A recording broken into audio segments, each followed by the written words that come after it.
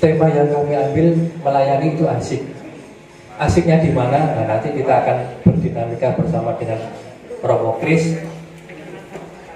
Semoga harapan kami dengan selesainya acara ini Bapak Ibu sekalian menjadi terpanggil menjadi prodiakones. Banyak terima kasih atas respon yang begitu besar dari Bapak Ibu sekalian, terutama dari lingkungan-lingkungan yang sudah berkenan untuk mengirimkan ya mungkin ini calon-calon prodiakon ya. Kalau prodiakonnya seperti ini ya, Gereja Pringgolean nanti akan semakin maju, semakin berkembang. Cukup.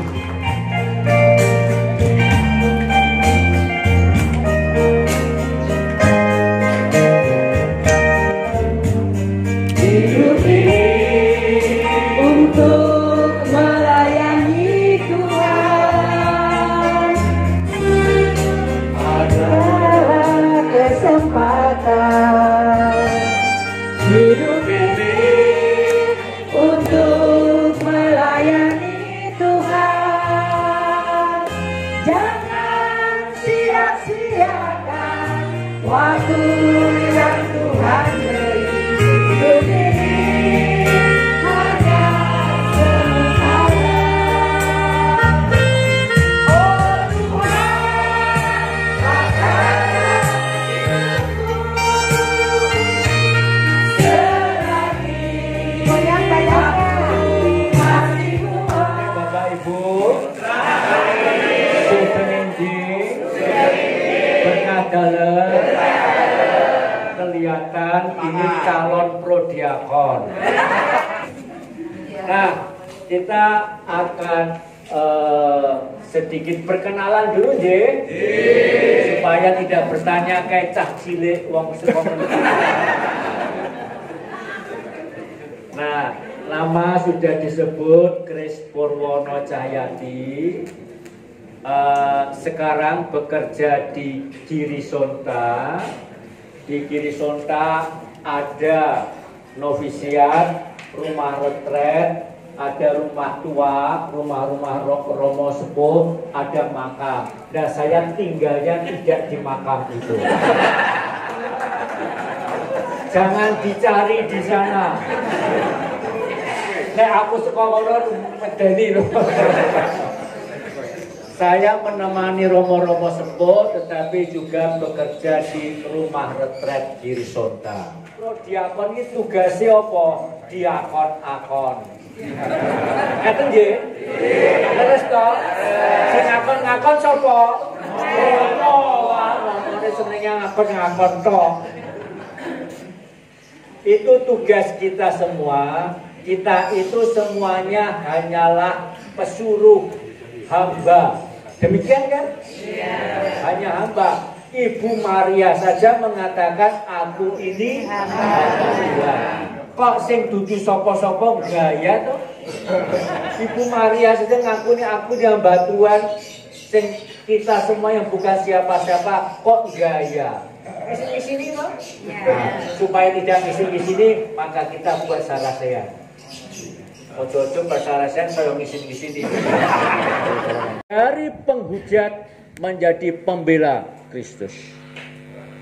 Maka nasihatnya nek nakal ki sing nakal tenanan.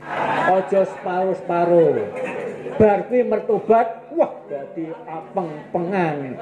Lah ibu dan bapak nakali ora tenanan.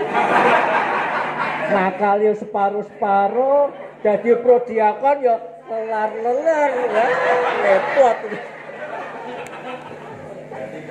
Mohon maaf ya Suster, Suster tidak tahu bahasa Jawa Suster. Mohon maaf nih. Nanti terjemahan nanti berikutnya. Lah Paulus itu seperti itu sampai dia membela mati-matian. Sampai kemudian keliling dari berbagai macam daerah. Pernah ke Kentungan? Pernah lihat patung Santo Paulus di Kentungan sana? Yang menarik patungnya Santo Paulus apa yang menarik? Bagi saya menarik kakinya. Kakinya besar dan kuat. Karena apa? Melaku. Mboten kados kula menika ing guru. Gaweane turu tok. Paulus itu kakinya kuat, badannya kuat. Karena apa? Dia jalan penuh semangat. Karena dia dari seorang pejuang yang mau menghujat Kristus, kemudian menjadi pembela yang sungguh mati-matian. Bahkan dia berani mengkritik Petrus. Karena Petrus dikritik, kowe iki munafik. Petrus dikritik, neng Petrus ora nesu. Dikritik malah guyang-guyang. Beda nek karo adik, dikritik. Beda. Levelnya beda. Terus menjaglut. Karena aku dijaglut gak wani-wani. Nah, itu dikritik. Kenapa? Petrus dikritik kenapa? Dia itu ketika ada orang Yahudi tidak mau makan haram, tapi ketika dengan orang yang non Yahudi gelem penamen. Paulus tidak mau seperti itu. Nek ora, nek yo. Pilih aku. Itu Paulus. Maka dia menjadi pembela yang mati-matian, pengpengan. Oleh karena itu ibu dan bapak, kalau ibu bapak itu tidak pengpengan, misin-misini parok ini pelindungi Santo Paulus kok mengelerak.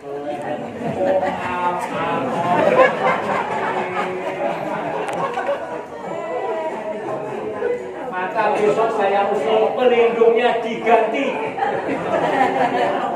Santo Narsis. Ono. Nah, maka tunjukkan bahwa pelindungnya Santo Paulus semangatnya seperti Santo Paulus. Gleleng. Keliru rapopo, yang penting gleleng. Kalau hariawan umat tambah buta. Nah, membiarkan diri dituntun. Jadi Santo Paulus itu membiarkan diri setelah bertobat, setelah menjadi Paulus, dia membiarkan diri dituntun. Maka setelah bertobat, setelah dibaptis oleh Ananias, kemudian dia pergi ke Jazirah Arab, ke padang gurun Mertomo untuk retret. Nah, waktu itu mengapa retretnya di Jazirah Arab? Karena Budera MTB belum bisa.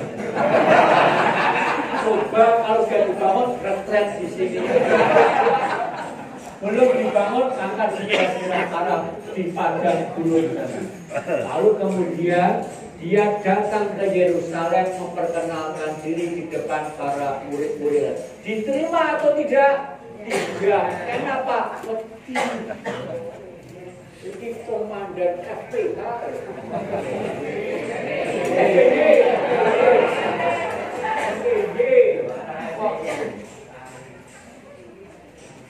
FPH itu singkatan suka popres golanya.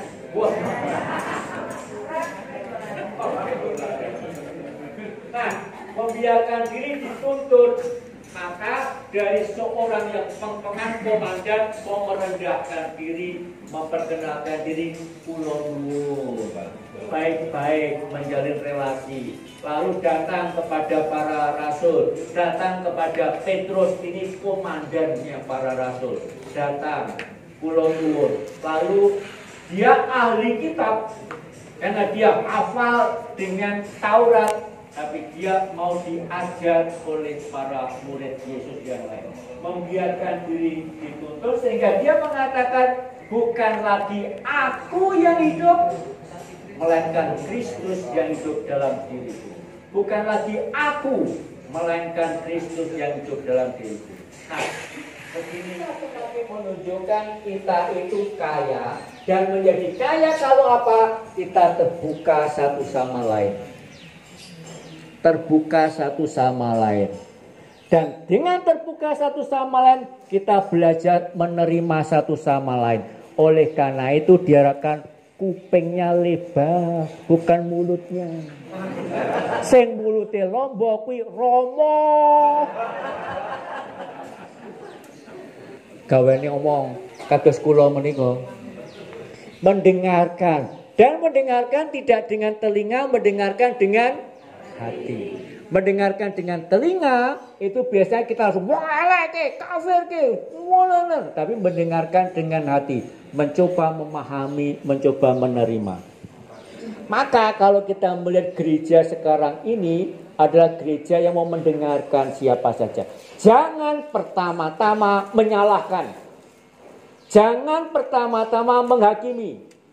Ingat toh, Yesus didatangi sekelompok orang Farisi, dibawa kepadanya seorang yang ketahuan berzinah. Demikian kan? Nah, lalu mengatakan harus diapakan? Menurut hukum agama ya, itu dirajam. Yesus mengatakan sambil yang dosanya paling sedikit silahkan memulai. Satu persatu pergi. Untung tidak di Indonesia. Nek di Indonesia kabeh rebutan dhisik. Rumangsa suci ta? Rumangsa soleh kan? Nah, itu wong Indonesia. Orang sana ternyata tidak sebaik orang Indonesia. Karena mereka satu persatu pergi dan dikatakan mulai yang dari yang paling tua. Yang paling sepuh aku tidak nggih. Kepriki mawon. Mangke wonten gawe lho. Sakit tambah. Satu-satu pergi. Nah, setelah itu Yesus mengatakan, ada yang melempari batu enggak? Lalu perempuan mengatakan, tidak ada Tuhan. Dan Yesus mengatakan, baik ya, sekarang pulang. Sekarang pulang. Dan jangan berbuat dosa lagi. Tuhan tidak mengadili. Nah, kalau Tuhan tidak mengadili, kok kita tuh seneng ngadili wong ya? Kok seneng golek salahin wong ya? Seneng gosip. Tuhan tidak pernah mengadili. Kenapa? Semua orang pasti pernah berbuat salah. Demikian kan? Semua orang pasti pernah punya dosa kan? Siapa yang tidak punya dosa? Loh, Tuhan jelas. Dalam iman kita siapa yang tidak punya dosa? Maria itu satu-satunya tidak punya dosa. Petrus punya, Paulus punya, apa meneh aku? Maka kalau punya dosa gampang, keluar wong ngaku dosa, hilang. Metu saka kamar pengakuan, dosa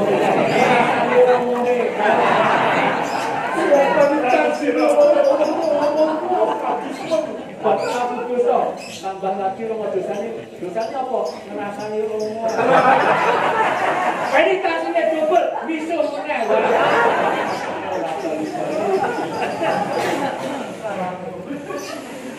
Nah, maka itulah yang terjadi. Karena apa? Kita mau saling membangun perjumpaan. Semua orang pernah berbuat salah. Semua orang pernah berbuat dosa.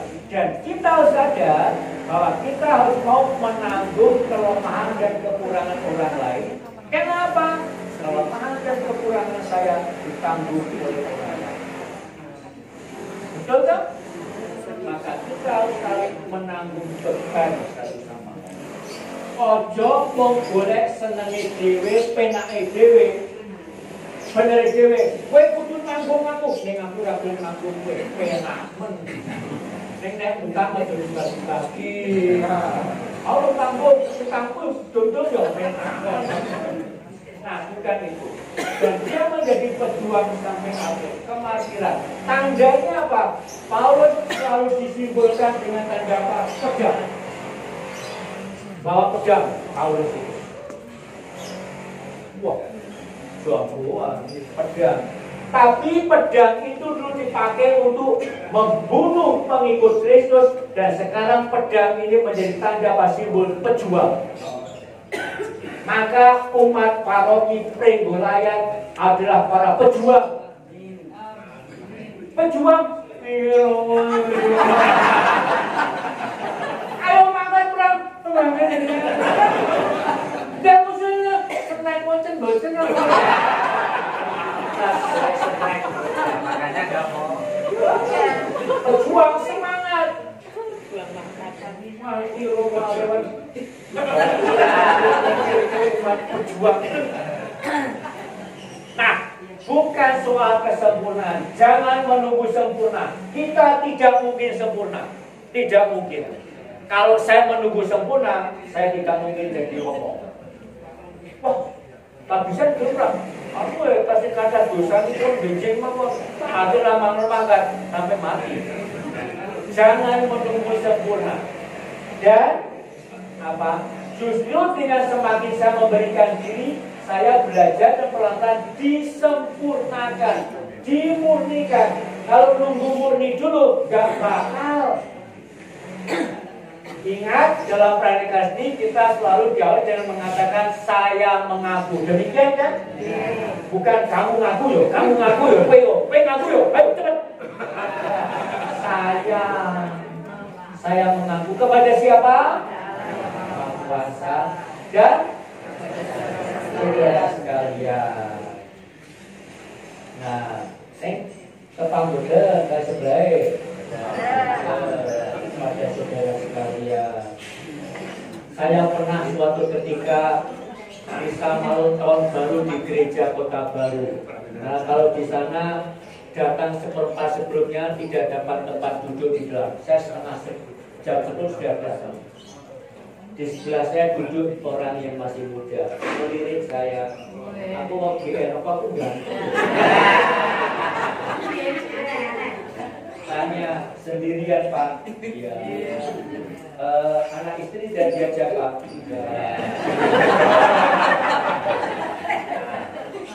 Lalu seminggu kemudian hari Minggunya saya bisa.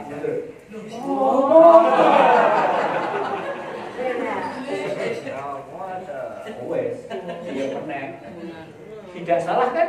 Orang kenal kok. Tidak bakal. Maka dengan saya memberikan diri, dengan saya melayani, saya itu dimurnikan. Justru kalau saya tidak memberikan diri, saya tidak belajar dimurnikan. Mengapa? Pertama-tama menjadi prodiakon, saya memurnikan diri. Ada Agustinus tanggal 28 atau berapa tidak. Agustinus itu mengatakan, hatiku takkan tenang sebelum beristirahat di tanganmu. Maka sebelum beristirahat di tangan Tuhan, gelisah berpikir. Paulus mikir. Umat pribadinya iya.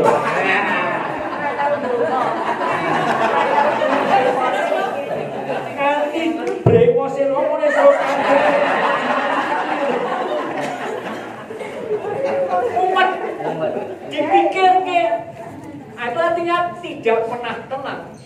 Maka kalau kita tidak tenang, sehat. Saya itu punya bini sepuh di Girisonta, Katina Darmo, 88 tahun dan tidak pernah istirahat. Selalu tanya ini, tanya itu, masih aktif menulis, menerima tamu dan sebagainya. Kita bertanya, Romo, suatu ketika bagi saya kalau kiai sepuh sembahyang ngantuk biasa. Konsep turun tua yang ngantuk. Nah, suatu ketika Romo Kardinal keluar dari kabel sembahyang ngantuk, mengatakan, saya tadi ngantuk, saya masih harus belajar berdoa.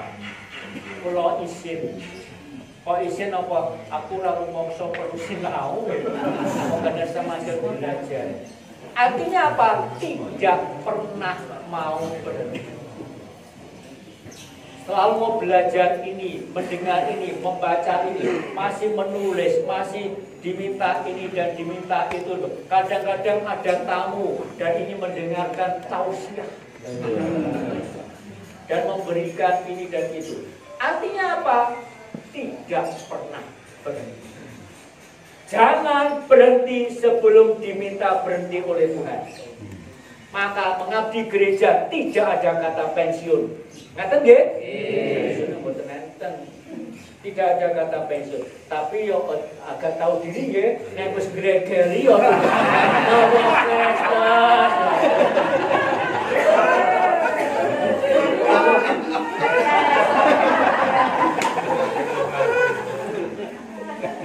Tahu diri. artinya kita bisa melayani memberikan ini sesuai dengan kemampuan kita. Itu saja dipegang. Dan itulah maka kisah cinta. Dan dalam kisah cinta itu kita ingin membangun gereja ini adalah tempat di mana semua orang diterima, disambut, dimaafkan. Bagaimana membuat supaya di gereja ini semua orang merasa ini rumahku. Tempat saya dicintai, tempat saya diterima. Jangan orang menemukan gereja itu hanya sebagai tempat berkumpul. Mergo aku Katolik yo nderek mis. Tuhan sertamu, kamu juga. Malah mengarahkan hati kepada Tuhan. Ken biyen yo ngono kae. Malah bersyukur kepada Tuhan Allah kita. Wes kudune dan ngono kuwi. Dan seterusnya. Lalu hanya begitu saja. Tapi bagaimana menjadikan tempat di mana saya menemukan cinta. Artinya orang Kristiani sejati bukan orang yang membosankan dan sedih. Maka jangan cemberut. Bapak Prodiakon, mari kita siapkan hati kita. Kalau lo bocah nangis,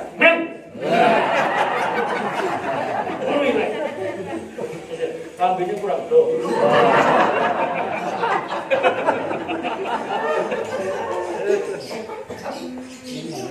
Maka kalau pagi hari bangun tidur, yang perlu dibuat adalah senam dikit.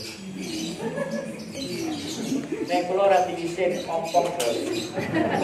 Geragas ompongnya, mangan jagung kecipotong. Maka kalau saya kok ompong lo mau geragas. Nah, senyum. Orang Kristiani itu senyum. Karena apa? Karena kita mewartakan sukacita ini. Saudari dan saudara kasih, kita dipanggil oleh Tuhan untuk mewartakan Injil. Dan Injil itu kabar juga. Tahu kabar gembira. Kabar gembira.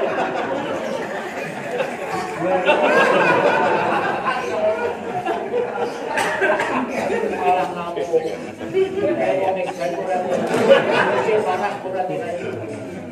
Kenapa? Kita tugasnya mewartakan sukacita. Karena mewartakan sukacita, maka berkah kalian. Kalau suster berkah kalian. Begitu ya. Ibu dan bapak berkah kalian. Tapi yang penting senyum. Suster itu senyumnya lebar. Nah,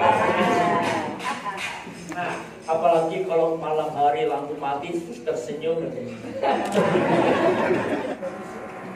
Bagaimana kita menjadikan diakon tugas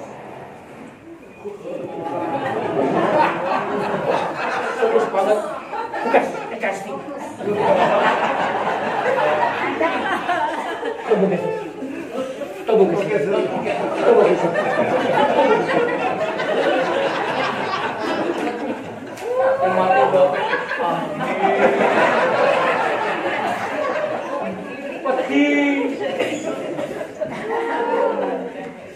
Maka tubuh Kristus.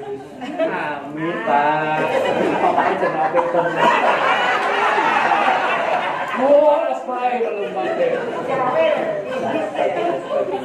Maka senyum itu yang boleh. Lanjut. Nah,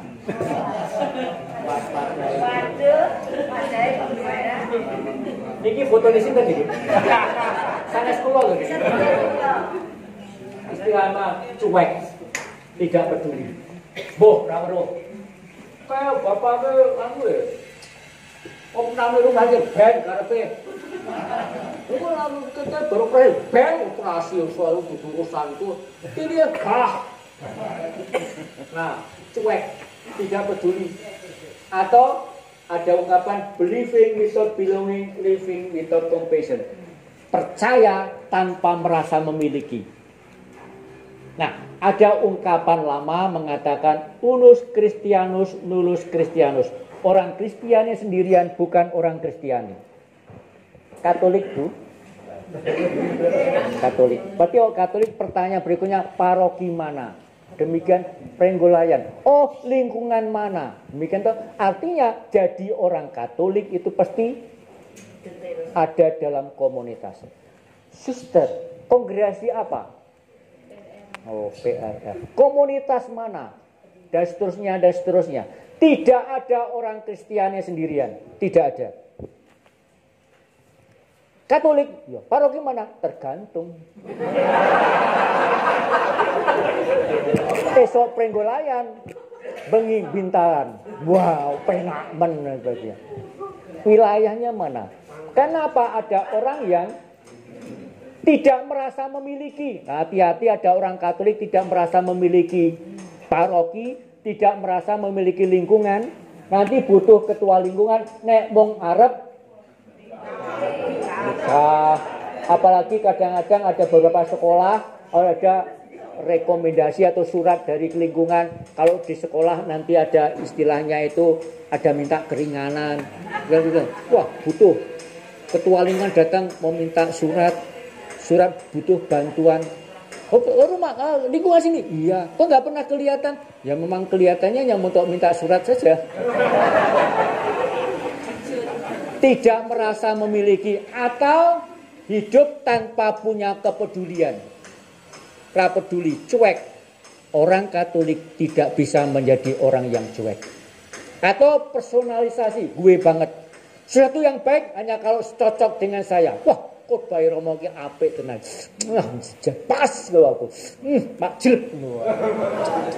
Tapi kalau tidak betul, wah ramu bunyi. Artinya apa? Sesuatu baik kalau cocok dengan saya, kalau tidak cocok tidak baik. Hati-hati. Nanti kalau ada sesuatu yang dikatakan gereja tidak cocok, moh. Lalu instan, tidak tahan proses. Mengapa umat Katolik suka instan? Karena sukanya makan mie instan. Tidak tahan proses. Proses itu menyakitkan. Ibu dan bapak kalau menjadi prodiakon, ya mulai dari kecil-kecil dulu toh. Misa harian. Ojo ndulung-ndulung, saya maunya melayani misa Natal. Yang paling ramai. Tapi yang di sebelah Romo berdirinya penamen. Misa lingkungan gah. Mulai dari pelan, mulai dari kecil, proses dan semakin mengenal.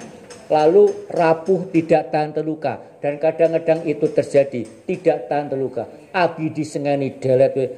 Nyun sewu nggih, kalau tugas berdiri di altar jangan pelirak-pelirik.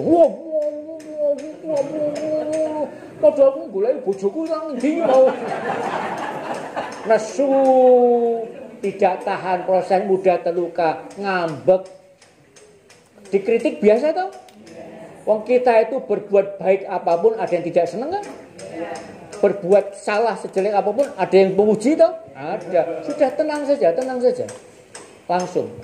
Siap, 1, 2, 3. Kiri, kanan, kiri, kanan. Ibu-ibu, prodiakones, ojo bokongnya megal-megal, ojo, ora oleh. Ora oleh ini. Lalu begitu, lalu semua jadi kaku atau main topeng. Dan kita seringkali main topeng. Ketoke jaim nggih, ketok ramah. Monggo ning dram atine ati main topeng. Nah, lalu kita tidak jujur. Jujur itu tidak menyenangkan, jujur itu menyakitkan. Saya mengaku jujur itu menyakitkan kok. Tetapi jujur itu lebih menyelamatkan. Kadang-kadang orang. Ingat kisah Daud dan Batseba toh? Daud didatangi oleh Nabi Nathan. Ora, kamu. Lek langsung. Kita ingin menutupi ben ketok apik, ketok soleh, nah enggak usah ditutupi ya. Wes ketok elek kan ben elek kok. Lanjut.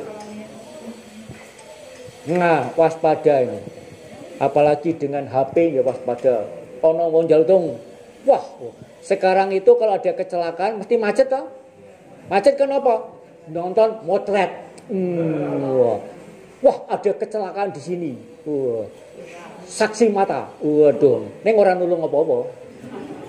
Dan sebagainya. Dan ini bisa terjadi. Kita cenderung seakan-akan klik, wes ngerti. Orang nulungi. Padahal yang dibutuhkan adalah apa? Tangan. Ingat toh, ada orang Samaria yang murah hati toh. Ada orang berjalan dari mana ke mana? Dari Yeriko ke Yerusalem. Terima kasih ibu-ibu dan bapak-bapak. Ibu-ibu dan bapak-bapak lebih percaya pada bakti. Karena kitab suci dari Yerusalem ke Yeriko. Lagunya demikian, kenapa? Nggak ngerti saya. Siapa yang lewat pertama kali? Sinten? Sing ganteng. Romo nulungin apa mboten? Mboten. Yang lewat kedua, suster. Yang lewat ketiga orang Samaria, orang asing, orang luar. Bukan status yang menyelamatkan kita, tapi apakah saya peduli pada orang atau tidak. Maka itu yang menjadi pokok, peduli. Lalu hati-hati, media sosial seringkali menjadi sarana tempat kita untuk mengadili orang. Ngadili orang. Kalau misalnya ada prodiakon lupa atau terlambat, dalam Injil kalau ada orang berbuat salah, tegur 4 mata. Kowe mau kok telat. Rasa dimungkin yang grup prodiakon. Bapak itu telat. Jangan, tegur 4 mata. Pak Rewangi mau direwangi loh. Itu, maka hati-hati media. Grup itu bisa menjadi tempat di mana kita ngadili orang. Dan kalau saya ngadili orang, apakah saya lebih baik dari orang itu? Belum tentu. Tapi kalau saya ngadili orang, aku rumangsa luwe ape. Nah, ini bahayanya. Lanjut, Pak. Nah, ini loyalitas semu. Monggo nih. Ketoke apik ning. Menjak atau aura kemarahan.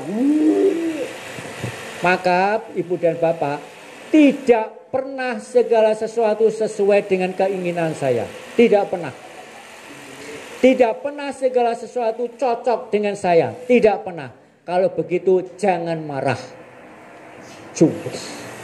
Jenenge ngladeni wong akeh, jenenge melayani orang banyak, itu kadang-kadang ya sudah tidak apa-apa. Gitu?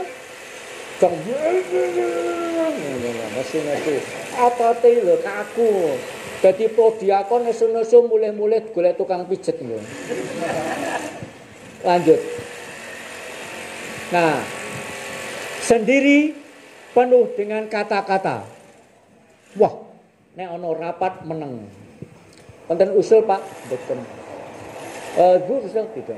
Neng tekan omah, nulis itu. Saya tadi dia senang karena gini. Nah. Hati-hati. Lalu bersama sibuk sendiri.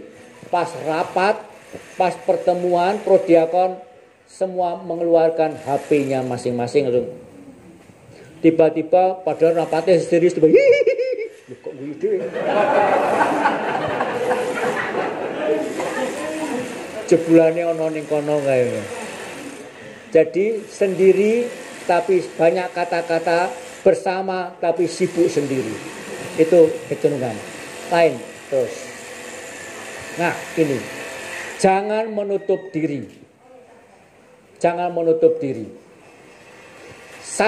Kita semua punya kekurangan, ya, tapi jangan menutup diri. Jangan menutup diri. Kita akan berkembang, kita akan bertumbuh kalau kita bertemu dengan orang lain dan kalau kita melayani orang. Kita akan bertumbuh. Ingat, Petrus pernah menyangkal Yesus, tapi dia tidak pernah mundur. Pilih jadi Petrus atau jadi Yudas. Yudas pernah buat salah, tapi dia memilih bunuh diri. Petrus berbuat salah dan menangis. tapi dia tetap memberikan diri. Pilihlah Petrus. Ini bukan kampanye nggih. Pilihlah Petrus, jangan pilih Yudas. Karena apa? Saya berbuat salah, ya, tapi saya tidak menyerah. Maka jangan menjadi orang yang kalah, jangan menjadi orang yang menyerah. Terus berjuang, maju. Maka melangkah keluar. Jangan menutup diri, tapi melangkah keluar. Jangan kehilangan kepercayaan, melangkah maju. Dan jangan mudah menyerah, melangkah dengan berani. Itu yang mau ditanamkan. Maka kalau ibu dan bapak, suster dan bunda ingin berkembang, ingin bertumbuh dalam iman harapan dan kasih, jangan menutup diri, berikan diri. Menyenangkan kok. Betul, tidak senantiasa enak, betul. Betul, tidak senantiasa memuaskan, betul. Betul, tidak selalu mendapatkan ucapan terima kasih, betul. Tetapi buahnya itu loh, menyenangkan kok. Pulang ke rumah, wah jan nyeneng gitu. Aku mau ngirim komuni Mbah Kromo kae. Wes budek. Ora ngopo jak sembayang ya lali-lali. Ning kok nyenengke ya. Mbah Kromo ki nek pas aku apa iki hostine ketele wah ketel jeneng nyenengke. Betapapun mungkin dia tidak berterima kasih atau apa, tapi itu yang contoh ya. Ini contoh saya saja.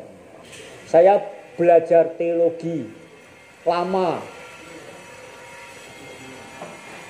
nanti termehek-mehek. Tapi kalau ditanya puncak teologi saya di mana? Saya mengatakan puncak teologi saya bukan pada saat saya studi, tapi di sebuah rumah di paroki Klepu. Saya telah bisa lalu jadi romo paroki Klepu. Dan di sana itu karena saya hanya sendirian, kadang-kadang kalau Prapaskah Advent saya keliling ke lingkungan pengakuan dosa. Karena simbah-simbah kalau ke gereja mesake nggih, maka saya ke lingkungan. Lalu di kamar ketua lingkungan atau katekis atau prodiakon. Tiba-tiba saya duduk di sini, saya masih imam baru. Simbah-simbah masuk. Dia melihat saya. Diam saja. Aku rumangsa apa kuwi ganteng ya. Ning nek aku ganteng kok sing ngelirik wong simbah-simbah iki piye. Diam saja. Yang ada di sini apa? Rumus pengakuan dosa. Tata cara pengakuan dosa. Dia diam saja. Tiba-tiba dia mengatakan sampun Romo. Orang ngomong apa kok sampun. Lalu dia mengatakan Romo, saya itu tidak tahu ngaku dosa itu gimana atau caranya. Dosa itu apa saya tidak tahu. Bahwa saya itu sembahyang Kanjeng Romo sembah bakti saya tidak hafal. Saya itu dibaptis sudah tua, saya itu buta huruf Romo. Tapi saya percaya kalau Romo memberkati saya, dosa saya diampuni. Langsung berkat lampung. Ora ono penitensi atau apa. Karena apa? Iman. Dan itu yang saya ingat. Sinau ngoyo-ngoyo suwi-suwi neng sing puncake di mana? Di paroki Klepu oleh simbah-simbah itu. Ternyata melayani itu menguatkan dan meneguhkan. Saya di Blok B jam 3 pagi dibangunkan minyak suci di rumah sakit. Iseng ngantuk, kriap-kriip sampai di sana ngantuk. Saya mocone salah-salah. Nanti ngene-ngene iki salah-salah. Keliru-keliru. Akhirnya yang penting upacara selesai. Dan saya terbangun karena apa? Yang mengundang mantan Romo, terima kasih ya Romo, karena Romo sudi datang.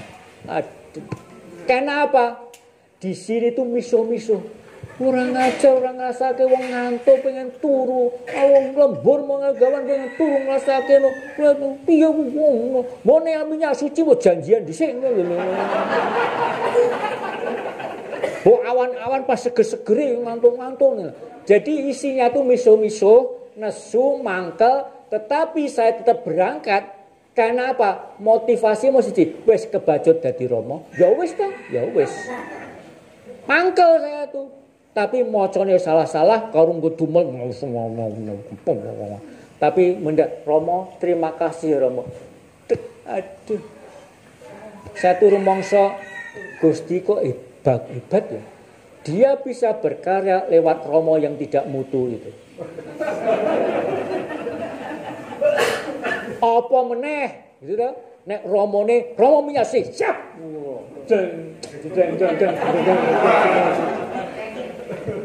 Apa meneh? Artinya saya mengatakan justru saya itu dipertobatkan lewat peristiwa-peristiwa macam itu. Bukan ketika saya siap. Maka saya mengatakan saya itu berusaha untuk tidak menolak namanya minyak suci pengakuan dosa. Itu bisa sewaktu-waktu. Dan itu membuat saya tersebut. Kalau saya menerima pengakuan dosa, Romo, dosa saya adalah begini-begini. Terus kira-kira saya sadar, wah aku ya kaya ngono kuwi. Saya begini-begini, waduh aku lebih parah itu mbak kuwi. Dan itu meneguhkan saya dan mengingatkan saya. Maka mendengarkan sharing orang, apalagi pekerjaan saya memberi retret itu mendengarkan sharing orang, pergulatan orang, itu membuat saya aku sing durung apa-apa kok wis kaya ngene to. Mereka yang lebih berat kok lebih berani ya. Isin aku. Maka melayani itu menumbuhkan. Ojo mong dipikir rekasane tapi buahnya itu. Dan itu akan meneguhkan kita. Sebenarnya ini kadang-kadang di dalam pembicaraan umat itu ada juga yang program kok datang nganggur kayak apa namanya stipendium gitu ya. Kalau stipendium untuk Romo masuk program barang ada ya. Jadi ada sebagian yang ya apa tapi ada sebagian yang mengatakan orang perlu jadi. Nah sebenarnya yang karena di dalam Injil pun maaf di Paulus saya nggak hafal ayatnya Romo bahwa mereka punya haknya gitu ya, bahkan berangkat tak usah bawa bekal apapun akan mendapatkan. Nah apakah yang terjemahan saya apakah yang seperti itu? Nah waktu itu yang memberi kebetulan Romo ya orang keluarga mampu gitu ya, udah kami terima terus kebetulan kan berdua gitu ya. Terus yaudah nek orang belum nopo ditukoke apa akhirnya dibelikan buku Romo. Dibelikan buku untuk nambah pengetahuan sebagai prodiakon. Pertanyaan yang ingin saya sampaikan Romo, kalau nanti ditanya umat saya bener ki jane ki diaturi atau enggak itu saja Romo. Karena ada juga yang mengatakan itu enggak apa-apa, tapi ada yang ya kalau orang terpaksa kan menjadi harusnya tidak perlu. Tapi kalau memang ada mungkin menjadi enggak apa-apa. Itu di situ Romo mohon penegasannya. Terima kasih Romo. Sebenarnya juga stipendium itu bukan sesuatu yang wajib. Bahkan untuk kami-kami ini juga tetap harus melayani betapapun tidak mendapatkan stipendium. Karena apa? Ini kan bukan job. Kalau saya melayani hanya demi dapat itu, ada sesuatu yang salah. Artinya apa? Pelayanan itu pun cuma-cuma. Prinsip dasarnya. Tetapi kalau kemurahan hati orang itu memberikan kepada kita, ya ini kita menerima kemurahan hati, maka silahkan terima. Tapi tidak untuk mencari itu. Beda ya. Ini kemurahan hati yang bersangkutan sebagai ungkapan terima kasih ya itu. Nanti dipakai untuk apa itu terserah. Yang pantas bagaimana itu tidak ada ukuran. Yang jelas, yang baku, yang bersama. Setidak-tidaknya semua itu punya mengukur dirinya sendiri. Saya itu datang melayani untuk siapa? Untuk orang itu. Siapa yang saya bawa? Yang saya bawa bukan diri saya. Yang saya bawa siapa? Tuhan. Itu yang lebih penting. Maka kalau kita terlalu mikir soal penampilan, soal ini dan itu, jangan-jangan kita mau tampil. menampilkan diri, dan kalau itu yang terjadi, maka kita lebih membawakan diri, bukan membawakan Kristus. Maka penampilan yang bagaimana, pakai ini dan pakai itu, sumonggo. Tidak ada dari gereja secara umum, tidak ada ketentuan yang jelas dan pasti. Tetapi semuanya punya ukurannya masing-masing. Nah, ini yang bagi saya menarik. Karena apa? Kalau segala sesuatu diatur, lalu nanti menjadi kaku. Tetapi justru dengan itu kita dilatih untuk apa? Kita dilatih untuk mengatur dan menata diri sendiri. Itu latihan lebih penting. Contoh, ketika saya novis, lalu ada upacara penjubahan. Wah, seneng si novis kok nganggo jubah pertama kali. Seneng, tapi yang buat kaget adalah di situ adalah sebuah doa. Sayangnya saya tidak menyimpan doa itu. Dan dalam itu dikatakan, ingat ya, jubahmu yang asli itu adalah kulitmu sendiri. Artinya apa? Status saya sebagai Romo itu bukan pertama-tama ada tulisan SY-nya itu, ada RM-nya itu, tapi yang paling pokok adalah saya ini. Saya ini. Karena apa? Yang pokok adalah bagaimana saya membawakan diri, bagaimana saya menampilkan diri. Betul saya pernah salah, betul. Betul kadang-kadang tidak tepat, betul. Kadang-kadang kata-kata saya itu tidak pas, betul. Tetapi yang pokok adalah saya. Maka tidak usah mikir penampilan. Itu tidak penting.